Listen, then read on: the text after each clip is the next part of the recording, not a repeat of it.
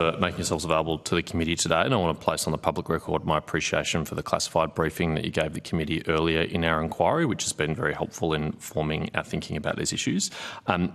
Do any of you wish to make an opening statement? No? Okay. All right, we'll jump straight into questions. For transparency, I just want to table a letter that I wrote to the Secretary of the Department of Home Affairs, Mr Pizzullo, last week in relation to some particular questioning that I'll have for the department today. I'll pass that to the Secretariat, but the Home Affairs witnesses should have it already. And it relates to a meeting that was held between the department and WeChat in China, and I thank the department for the updated question on notice that was provided to the Legal and Constitutional Affairs Committee through the estimates process, which updated the list of participants of this meeting from the WeChat side on the 10th of May 2019. It includes Brent Irvin, the Vice President and General Counsel of Tencent, Timothy Ma, the Head of International Privacy and Data Protection from Tencent, Ying Dai, the Senior Legal Counsel from Tencent, and Carrie Hong, another Senior Legal Counsel from Tencent. Could you just, for my benefit, share with the committee who the Australian participants were? If you don't wish to name them individually, at least the position that they held at the time of the meeting. Certainly. Sally Pfeiffer. The Australian representatives included the Deputy Secretary from Infrastructure, Regional Development, Transport, Communications and the Arts, Deputy Commissioner from the Australian Electoral Commission, the then National Counter-Foreign Interference Coordinator, as well as DFAT's Head of Post and Deputy Head of Post. Thank you. Can you give me a summary of what was discussed at the meeting? Of course. So the meeting was an opportunity to establish relations with Tencent, is the way it's been characterised. Particular discussions focused on the services they provide to Australians and making sure that they were consistent with Australian laws and regulations. Specifically, there were discussions around paid electoral advertisements and the application of the Commonwealth Electoral Act, as well as discussions around the Foreign Influence Transparency Scheme. The meeting was also to seek to establish some working level contacts to facilitate a regular engagement similar to other engagements with social media platforms. During the meeting, Tencent also expressed support for the Australian government's interest in making sure the conduct of the next election was fair and transparent.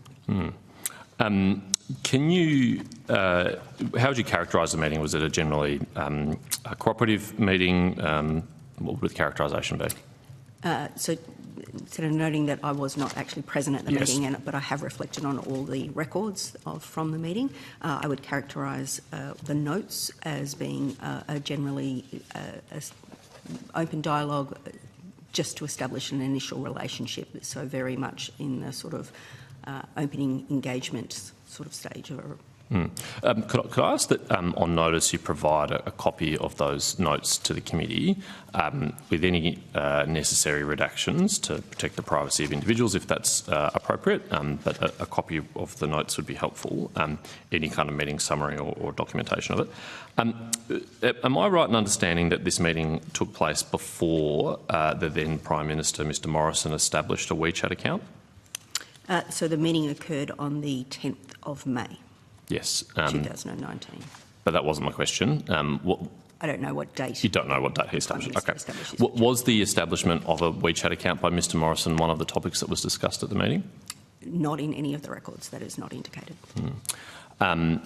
The reason why I wrote to the Secretary to ask witnesses to familiarise themselves with it is that I knew that the relevant official or some of the relevant officials wouldn't be able to be here today to represent the department because they have other roles now.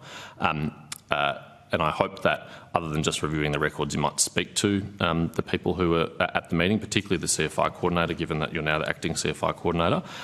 So have any conversations happened with that person prior to this hearing? They have not. The former CFI coordinator is no longer in my organisation. I know, but they're in an organisation which is pretty closely related to the work that you do, and I don't imagine it would be difficult to get a hold of them. My understanding is that the former national coordinator, National Counter-Foreign Interference Coordinator, is actually retired. Right. Right, okay. Well, can I ask you to check these facts to find out whether or not at the meeting, from either the CFI coordinator or anyone else who has attended the meeting, whether or not the establishment of a WeChat account by Mr Morrison was discussed and canvassed at the meeting, whether or not any assurances were sought from the Australian side about how that WeChat account would be managed, and whether any assurances were given by Tencent on behalf of WeChat about how that account would be managed. Certainly. We'll provide. Thank you. I'd be grateful for those answers. I might come back to WeChat at a later point in the hearing. I'll just move on to some other issues. What's the status of the department's review into the foreign interference through social media applications review that the Minister commissioned? Chair, Peter Anstey, Home Affairs. As was updated at the last Senate estimates hearing, the social media review, as it's colloquially known, is still at consideration before government. Okay. So when you say consideration before government, I assume that means that the department has given the review to the government? Yes, that's right. What was the date the department gave the review to the government? It was provided to the Minister on the 16th of March this year. 16 March, thank you. Are you able to table a copy of the review? As reflected on the last estimates hearing, Chair, the consideration around the tabling of the document is currently going through the Home Affairs process, so if we take this on notice and consider that through the same process. Okay, thank you. I think those questions are either already due or due very soon, so I look forward to that answer, hopefully before the committee needs to complete its work. Has any decision been made about whether or not that review will be made public? Given the classification of the review, I think it's unlikely that it'll be made public. Okay. All right, thank you. Grateful for your candour about that. You may have seen that we had representatives from the tech platforms here yesterday, including TikTok, and there was a conversation about TikTok's use of the platform to surveil journalists. Does the department or any of the agencies present here today have a view about the nature of that attempted surveillance? The company tried to downplay the severity of it and say that it didn't constitute spying, and they don't accept that characterisation.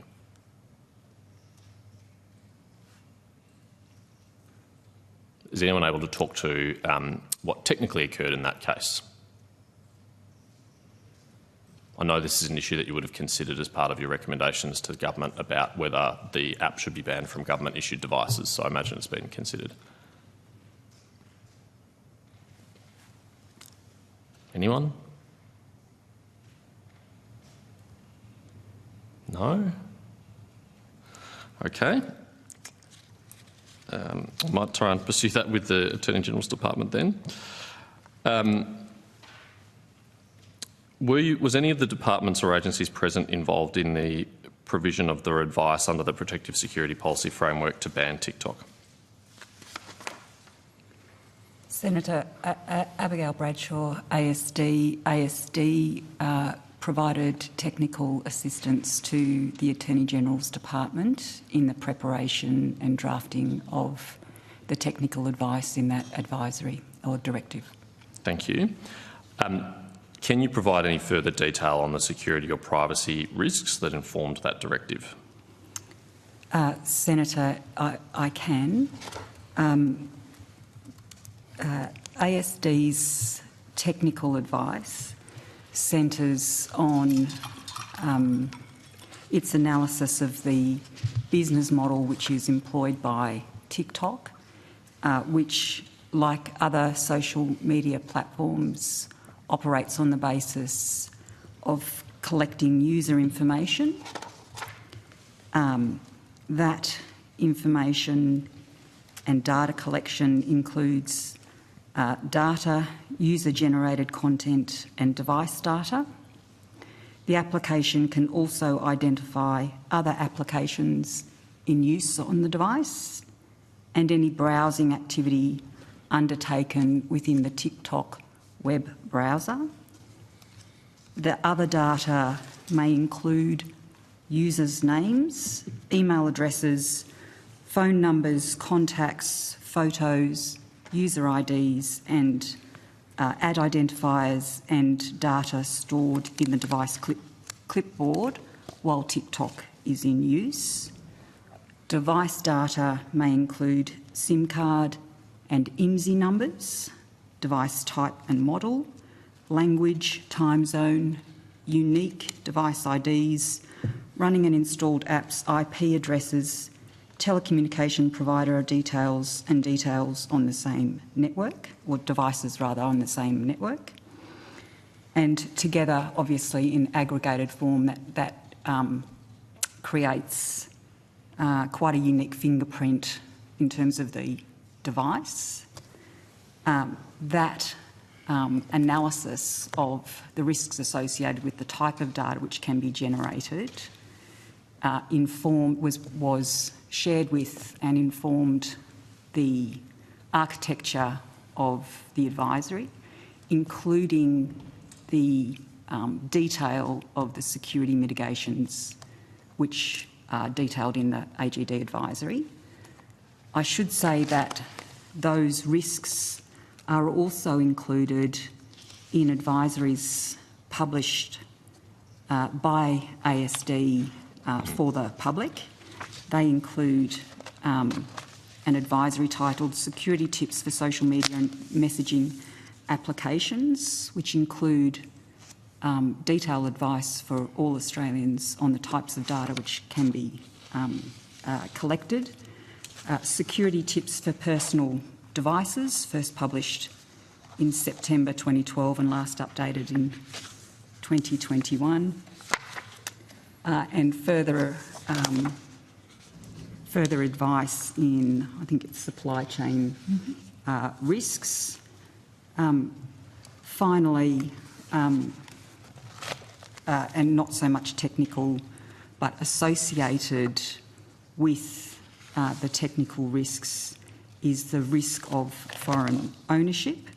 And I know I've heard the committee comment before on the operation of the Chinese national intelligence law, which requires that citizens, companies and organisations are required to cooperate, and that cooperation, there is capacity to ask for that cooperation not to be disclosed. That's a very helpful answer. Thank you, Ms Bradshaw. And I think that's a very important point that you concluded on, that cooperation is mandatory under this legislation to all Chinese individuals and entities, and that it can be required to be kept secret. Given that, there's not much comfort we can take from a statement by the company that it's never been asked for this data, is there?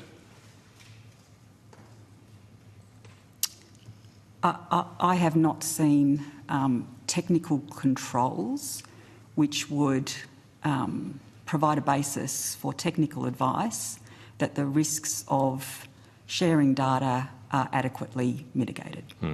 I agree. You outlined some of the data collection issues relating to the app. I mean, it's a very rich data set which is collected on individuals. And I asked TikTok yesterday about why some of those instances of data collection were necessary, and they weren't able to answer. I mean, from your experience, why would it be necessary to understand which other apps someone else has installed on their phone for the functioning of TikTok? It is not unusual for social media applications to seek that range of data sets. Some of that information, it is plausible that that information could be used for the purposes of informing further iterations of the application to improve the user experience, but you cannot discount the use of that information for other purposes. Yeah, indeed. And obviously the Commonwealth Government has not taken this decision to issue a PSPF directive for any other application. It's only done it for TikTok. That speaks to the level of concern about this specific app, doesn't it? ASD's advice was sought only in relation to the TikTok application for the purposes of the content of that directive.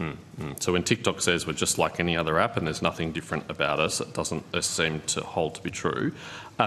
Moving on to another related issue, it is very welcome that the government issued the directive it did as it related to devices issued for government users. However, there is no current directive for consultants who work for the Commonwealth Government. Consultants in the course of their duties often perform functions very similar to public servants. Don't they also pose a risk from a cybersecurity point of view if they have this app on their devices? I think, Senator, that's a matter of policy for the Attorney General's Department in terms of the coverage of the actual direction. I think, and Ms Grow might assist me here, the operation of the directive and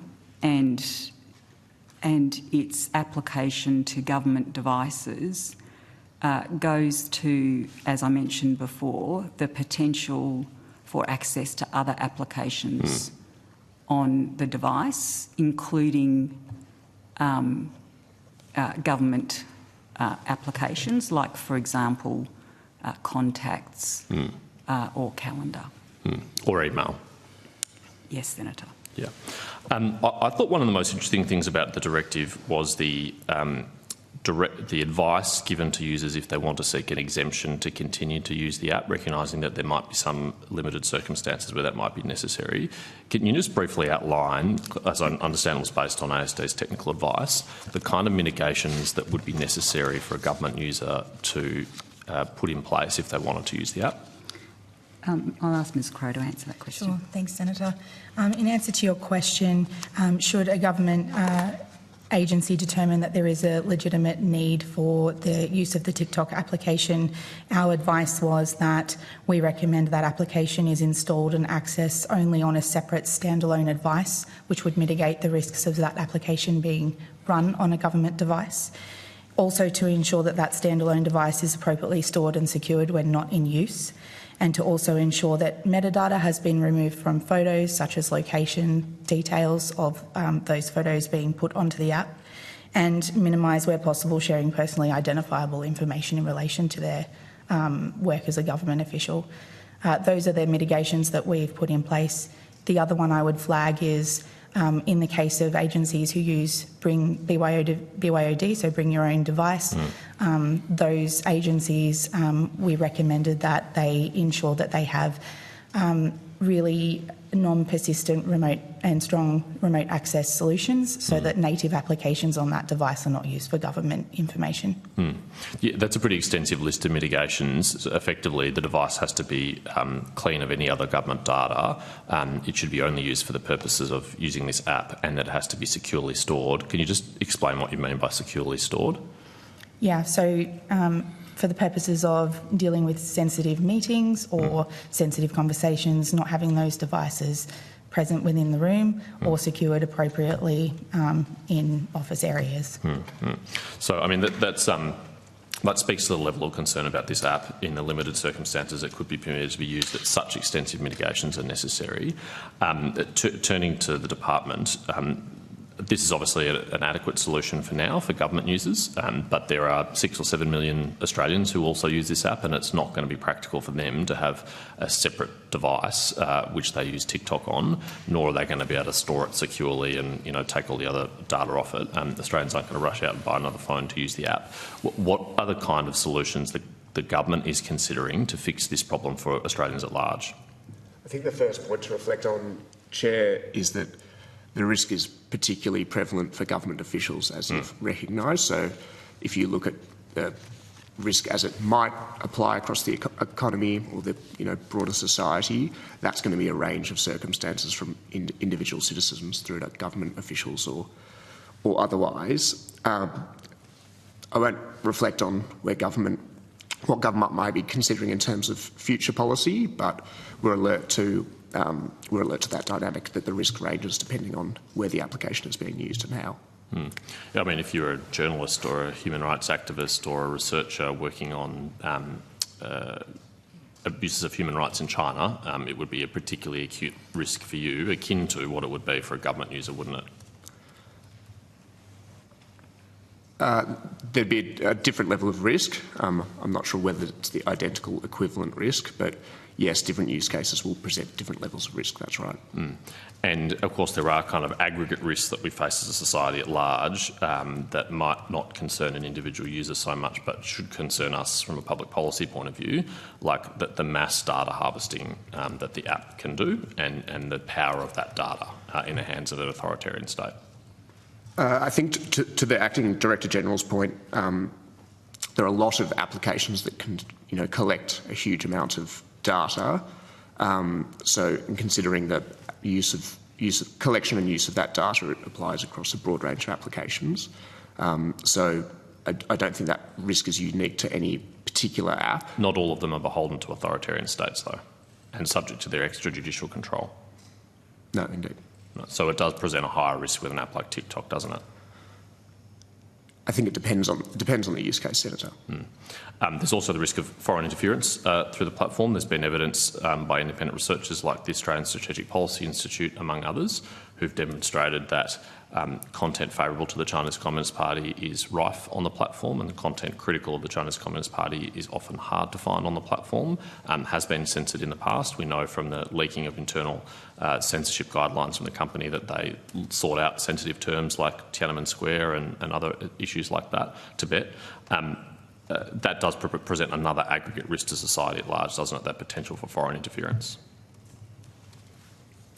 I would say that risk exists across a number of platforms, Senator. It is obviously how information is provided, and social media and technology provides, I suppose, a certain speed and capability to distribute information or to harness information in particular ways. That certainly I certainly agree with you. It is a risk across a range of platforms, and we've discussed it with a range of platforms, but there is a heightened risk if the platform itself is subject to the directives of an authoritarian government, because in the case of a Western headquartered social media platform, they might be trying to pump content into that platform to game an algorithm to drive content into the eyeballs of Australians or others. But in the case of TikTok, they admitted in hearing yesterday that their China-based employees, who are subject to the national security laws of China, can make remote changes to the algorithm, i.e. they can control what users in Australia see. So it is a heightened risk, isn't it? I would have to defer to the technical sort of use of algorithms, etc., to ASD colleagues, but I would assume that would be. Yeah, anything to add from an ASD point of view? It is right to say that the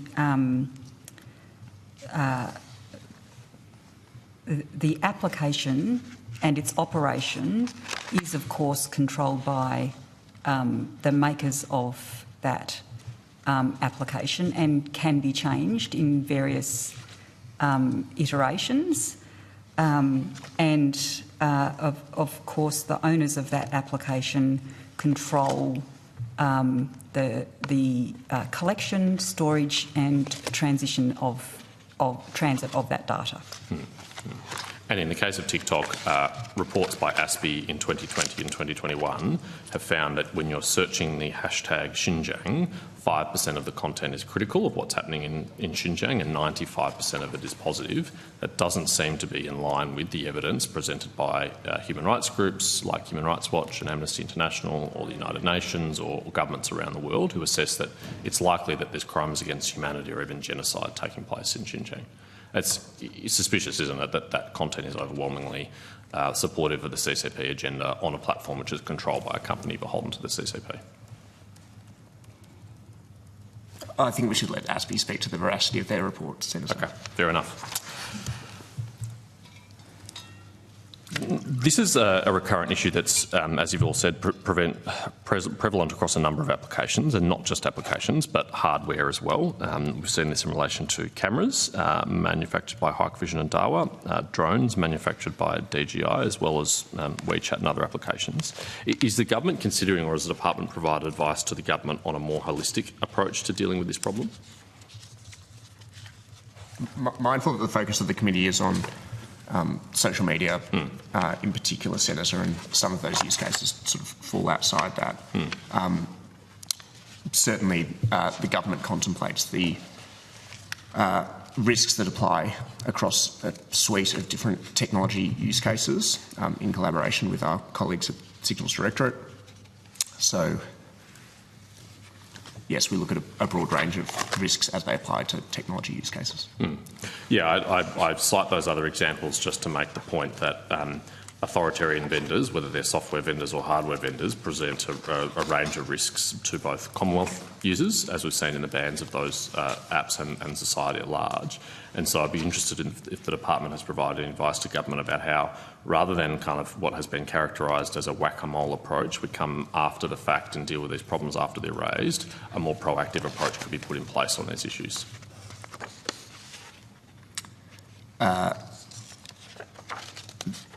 The department is forming up advice that is contemplating those kind of issues, Senator. Great, I welcome that. I have many more questions, but I want to share the call with my colleagues. I might go to the Deputy Chair, Senator Walsh, and then Senator Chandler, and then I'll come back with some further questions. Senator Walsh. Thank you, Senator Chandler. I'll continue with some questions, and then at the end I'll check if any other senators have any further questions. I want to return to this issue of transnational repression that the Deputy Chair raised and some questions she asked about it, because we have had disturbing evidence from members of the Iranian diaspora, the Ukrainian diaspora, the Chinese Australian diaspora, Tibetans and others, about the impact it has on them of the targeting that they feel that they are recipients of from foreign states. And to go beyond the kind of general questions that Senator Walsh was asking, which you provided answers to already, to put some specificity around it. There was a particularly troubling case relating to Vicky Xu. As you may know, she's a prominent researcher and journalist, and she's done work on Xinjiang and has been targeted as a result of that. In her case, there was a video posted initially to YouTube about her. It was highly personal in nature, and she has said that she believes that some of the content of that video, much of it was false, but some of the content of that video could only have been obtained by access to her device or the device of her friends or family, or by interviewing her friends and family in mainland China, given the nature of it. It was then cross-posted to Twitter by a number of accounts. It was posted to Facebook and distributed, and it remained online for some time before YouTube recognised that it was a breach of its terms of service and took it down. And I raised this with YouTube yesterday, and they agreed. They didn't promptly deal with it. Her colleagues at ASPI subsequently analysed the amplification of this content and were able to pretty conclusively demonstrate that it occurred during business hours in Beijing, and that there was even a break in the tweeting when someone would be having lunch if they worked in a government agency at that time. It was, much more prolific tweeting between 9 to 5 with a break, I think, at midday. And they attributed it then to be likely to be something generated by the Ministry of State Security. So I know you won't want to comment on that specific example and what you understand about that example, but if in the future an Australian is targeted in a similar way, what are the steps that ASIO or ASD or any other agency with Home Affairs can take to assist that person who's clearly being targeted for a coordinated harassment campaign?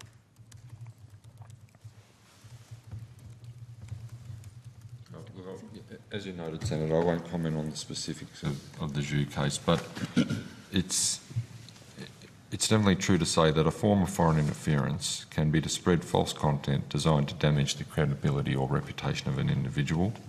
And in some instances that may be an activist or a critic of the nation state that may be perpetrating the foreign interference. In terms of options available, frankly, it's quite difficult if the originator of the foreign interference in this, I stress, hypothetical scenario, it's quite difficult if they're offshore. It does tie your hands to an extent. The task force does have, and I'm talking about the Counter Foreign Interference Task Force, it's just 6-member agencies including ASIO and the AFP.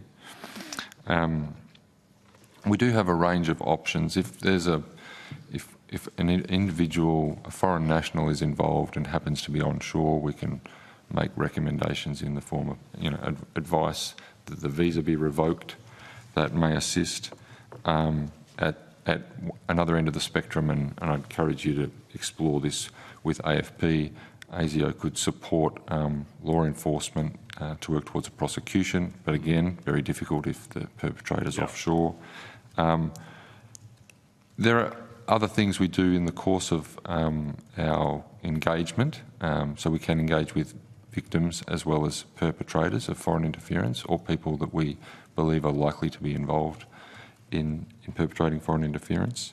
And that can have an effect of adding resilience, rendering the environment less permissive, if you like.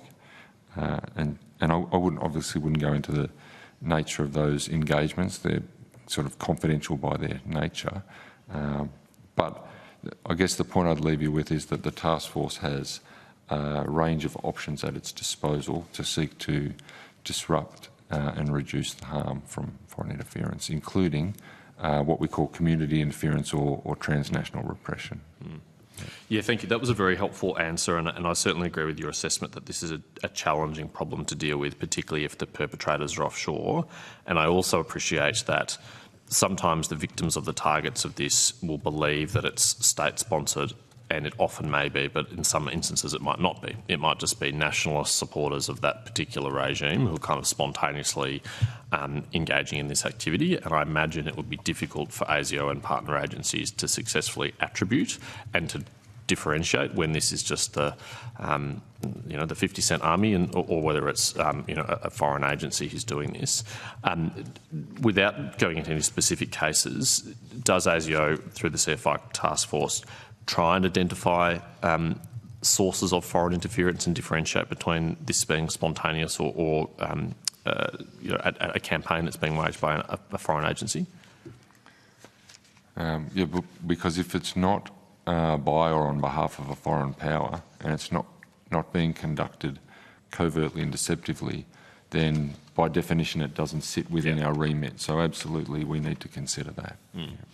And how difficult is it to establish that to your satisfaction that this activity which you're seeing is the result of a foreign power's engagement? It will vary from case to case. So sometimes the telltale signs are pretty obvious, but sometimes they're better masked. Is that what you're saying? It may depend if we have relevant intelligence holdings that help shed light, but I don't want to go into further detail about our investigative techniques. Sure. To the extent you can, do you work with partner agencies like ASD for technical advice on identifying this kind of behaviour? Yeah, absolutely. ASD is actually one of the members of the Counter Foreign Interference Task Force and provides analytical support. And what can you say about the work that you do in this area, trying to identify sources of foreign interference? Thanks, Senator. Well, firstly, ASD's functions are set out under the Intelligence Services Act and specifically give us authority to provide technical advice as to the security and integrity of the transmission of information or signals via electronic means.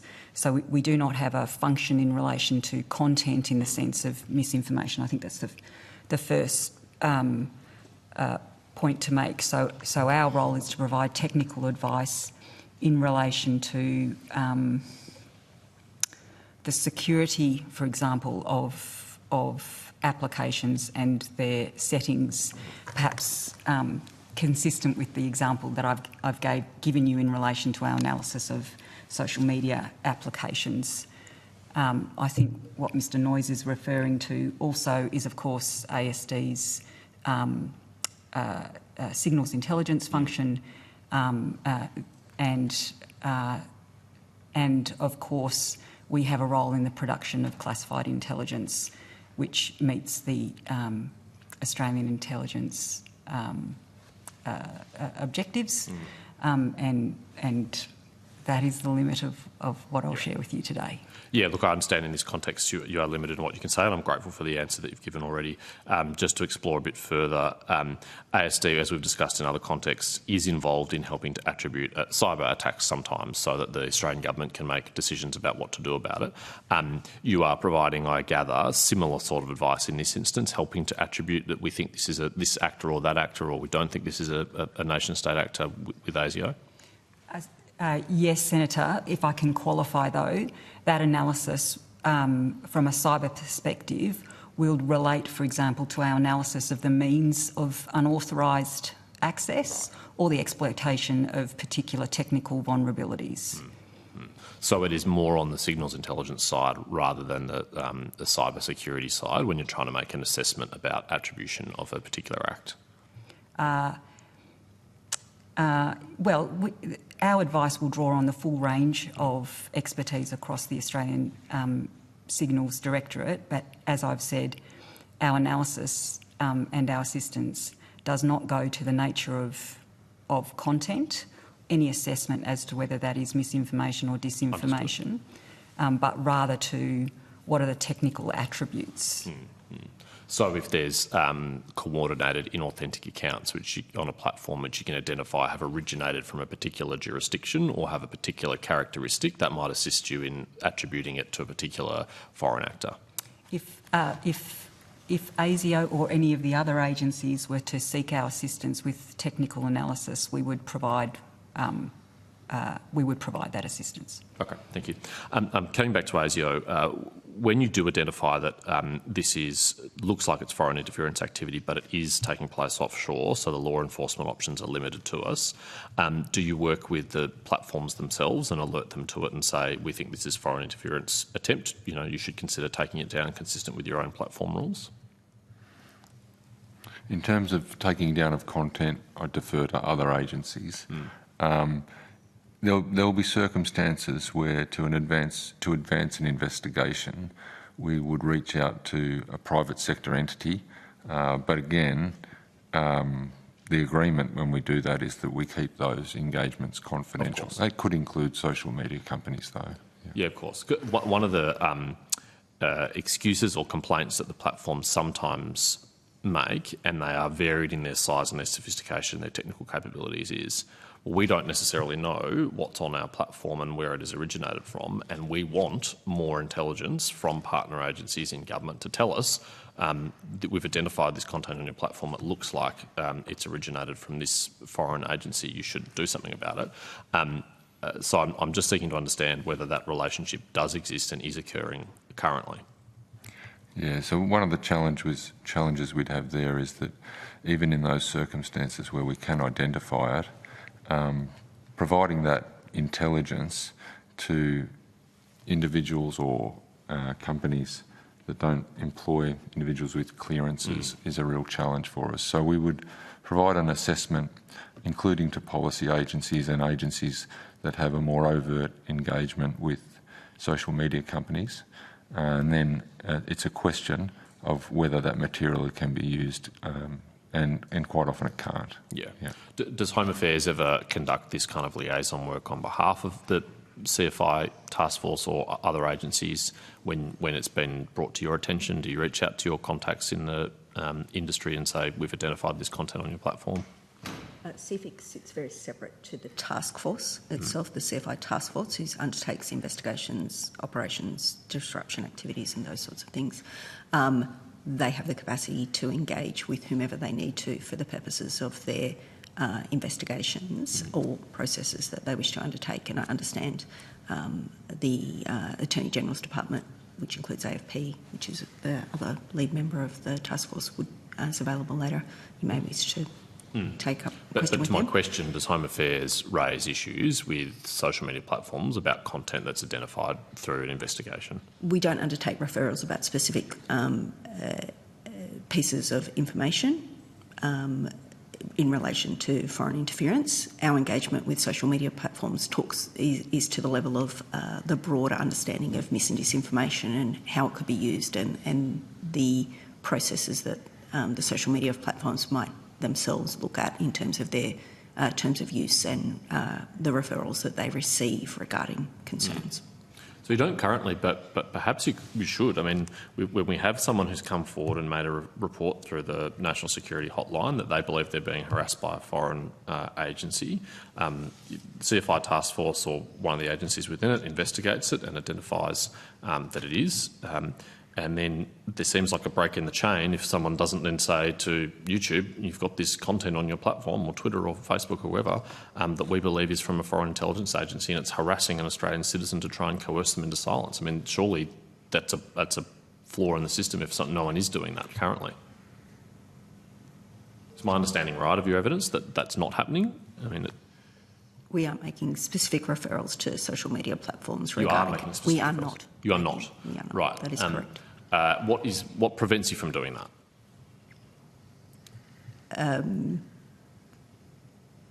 To be honest, it's not really a function of the Counter Foreign Interference Coordination Centre to look at specific individual cases. Whose function is it then? I would consider that it's a function of the task force, the Counter Foreign Interference Task Force. Aren't you a member of the CFI task force? We are not. Right, why not? The structure is an operational activity and Home Affairs does not undertake the operational and investigative aspects of The CFI coordinator, how are you not on the CFI task force? We do look at we have responsibility for the oversight board for the task force and engage with them to inform policy and to work with them on aspects of the policy aspects of investigations. Okay, let's set aside whether you're a member of it or not. I mean, that seems like an issue we should look at. But even if you weren't a member, surely it could make referrals to you and say, you know, you've got these mature relationships with the social media platforms. We're referring this matter to you. Is there any obstacle for that happening? It would be open to the task force to engage with us about whether we whether they wanted us to undertake that type of activity. Okay. Ms Noyes, I appreciate the point you made about clearances in private sector companies. I think that is an issue that has arisen and has been raised with me by the sector as well. We do, from time to time, clear individuals who work for private sector companies who are partners of government in these issues. Is there any policy reason that you can see that we couldn't do that on a more broad basis to have those trusted points of contact in these companies who can be briefed on classified material as appropriate? Can't conceive of a policy reason, but I'd defer to policy agencies on that question. Sure. Home Affairs? There's no policy reason that people can't seek to have clearances. Okay. And if they did have clearances, would that give you, anyone represented at the table, more comfort in engaging with them on these issues? It allows us to share information. This is not a gotcha question. It's a genuine open question. Would this be helpful? If it's not, say no. But if it is, then it'd be good to know. Yes, the hand sign's not going to pick up a nod. Sorry, I agreed with you earlier. Okay. All right, good. Thank you. Moving on to some related issues. The Strengthening Democracy Task Force fact sheet was released on the 8th of December last year, and it said the Minister will appoint expert advisors in early 2023 to guide, challenge, test and support the work of the task force. Have the expert advisors now been appointed? Sorry, I'm not across that detail. I would have to take that question on notice. It's not within my area of responsibility. We don't have a task force represented between us, Chair. Okay, all right. I have asked these questions in estimates through a quant on notice, so I look forward to either your answer or that answer when you can. I mean, that seems to relate pretty closely to the issue. Moving on the 14th of February this year, the Minister of Home Affairs announced a new community outreach program to counter foreign interference, which was to be coordinated by Home Affairs and ASIO. Can you describe what work has been undertaken to date as part of this program? The community engagement program was looking to uplift existing activities that are undertaken through the department and with our partner agencies, including ASIO and AFP, who have engagement officers as well in the states and territories who work quite closely with communities, as do we. We have worked with those agencies to look at targeting or engaging with particular communities. In addition, the Australian Federal Police have released a specific fact sheet relating to community interference, which has been translated to a number of languages to enable people to understand what the risks are. And we have undertaken a number of collaborative engagements. So we work quite closely with our AFP colleagues as well as our community liaison network to look at engaging with community groups to discuss foreign interference activities. What additional resources have been given to your part of the department to undertake this work? We've used the existing resources that are available, including, as I mentioned earlier, we have an engagement network across Australia of specific community counter-foreign interference officers, engagement officers, as well as the CLO network. We've utilised those existing resources. Right. So if there's no existing resources, what is new about the new program? The new program is actually looking to target particular communities, or target communities, sorry, is probably the incorrect term, to identify communities that we think are at risk and to then proactively engage with them, seek opportunities to provide them information and make sure that we're engaging and understanding their concerns. The department wasn't doing that previously? The department was doing that previously. I think it's about the specific scale. We've increased the number of engagements. We've also increased, particularly identified those communities that we think are of concern. Communities quite often will seek out our engagement, but we've probably more proactively sought engagement with particular communities. Can you share with the committee which communities have been identified as part of this process? It does go to operational activities. I would like to consider whether we can provide that information. Sure. And provide take it on notice. I'd be interested on notice. I'm interested in ASIO's involvement in this. How does it differ from your previous community outreach efforts? I think ASIO's involvement is really to ensure that as the liaison program or the engagement program is developed by Home Affairs, that it works in a manner that's consistent with our existing engagement with the community. Okay. All right. Just moving on to one final matter from me, and then any other colleagues have further questions, I'll share the call with you. I'm interested in the implications of generative AI for this broader problem of foreign interference through social media, and potentially to exacerbate the problem even more serious than it is currently, particularly because some of the content that it can produce, whether it's video or audio or images, are very difficult for the human eye to distinguish from real content, and so the implications of that are pretty profound for democracy. Firstly, to ASD, on a technical aspect, do you have the capability to differentiate between AI-generated content at ASD and to differentiate it from real, genuine content? Senator, I won't talk about ASD's capabilities in that regard. What I can say to you is that in relation to generative AI and ASD's legal jurisdiction under the ISA, there are two primary risks which are relevant for us. The first relates to the use of data or the absorption of data by those openly available platforms, and I think there's been plenty of public commentary, including relevant court cases which have been recently raised which go to those issues. The second is the capacity for those capabilities to, certainly from a cybersecurity perspective, speed up the capacity of criminals and adversaries to launch cybercrime attacks.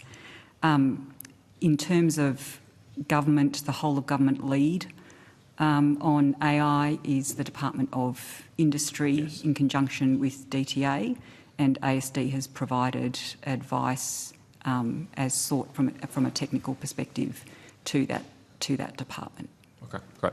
How's the department thinking about this problem? So, Chair, as the Acting Director General just said, DISE is the lead on generative AI and a number of other critical technology issues as we define them. The construct for governing that, if this is helpful, is a hub and node model. So the hub for critical technology management across the economy is managed out of DISA. And then there are three discrete nodes. One is a national security node governed through Home Affairs. One is a scientific node run from the Office of the Chief Scientist. And one is an economic node also within the department. industry. So in that context, the Department of Industry coordinates the whole of government advice relating to AI, and Home Affairs provides national security policy advice informing that decision making. But I mean, it's quite easy to think of scenarios in which it would have quite profound implications for foreign interference, which the department is responsible for, and our democratic institutions, which the minister said is a priority for her. So, for example, a deep fake video of a politician or a political actor that wasn't easily or quickly been able to identify it as being fake and not real could have big impact on an election or a political event. What is the department's view or advice about how we can deal with that problem? Right, I might address in two parts. Firstly, it's currently underway forming a whole of government position on the opportunities and the risks associated with AI. So we're feeding into that process. In terms of some of the specific activities we're undertaking to inform that, one includes partnering with research institutions to understand the current policy parameters and techniques that currently exist in sort of perpetrating or proliferating the threat. So what's the current technological standing, and then what are the policy options to address that? So we're in an arrangement with some academic institutions to explore some of those options. Okay. I put this question to Google and others yesterday, and they said, currently it's quite a complex technical problem to identify AI-generated material. Is that the department's view as well, that as it stands today, it can't always be easily and quickly identified as being AI-generated? At risk of going into sort of technical explanations, and I'm not sure whether ASD would want to venture there either, I think it's important to understand there's a number of different applications of generative AI as a starting point, so whether it's a large language model or a deep fake or another use case. That said, we are actively partnering to understand both what the use cases are and what the current policy interventions might be. But I think your general point is correct, Senator. Is it a policy option available to government to mandate to platforms that where they are aware that content on their platforms being posted is generated by AI, that they are required to label that for their users so their users can be informed, appreciating that they might not be able to in every instance, but where it is clear to them? Is that a policy option that is available to government? I'd say it's available to government. Has the department considered that? I defer to DISA, who are coordinating the whole of government response in terms of policy options. Okay, all right. I will leave it there. Deputy Chair, Senator Walsh, did you have any further questions for the departments or agencies? No. Well, in that case, thank you very much for your attendance and your evidence for the committee today. It was very helpful. Any questions that you've taken on notice, we'd be grateful if you could return by Friday, given the short turnaround time we have to complete our report for the Parliament. But otherwise, thank you very much. The committee will now break and we'll resume at 11:15 with the Attorney General's Department and the Australian Federation.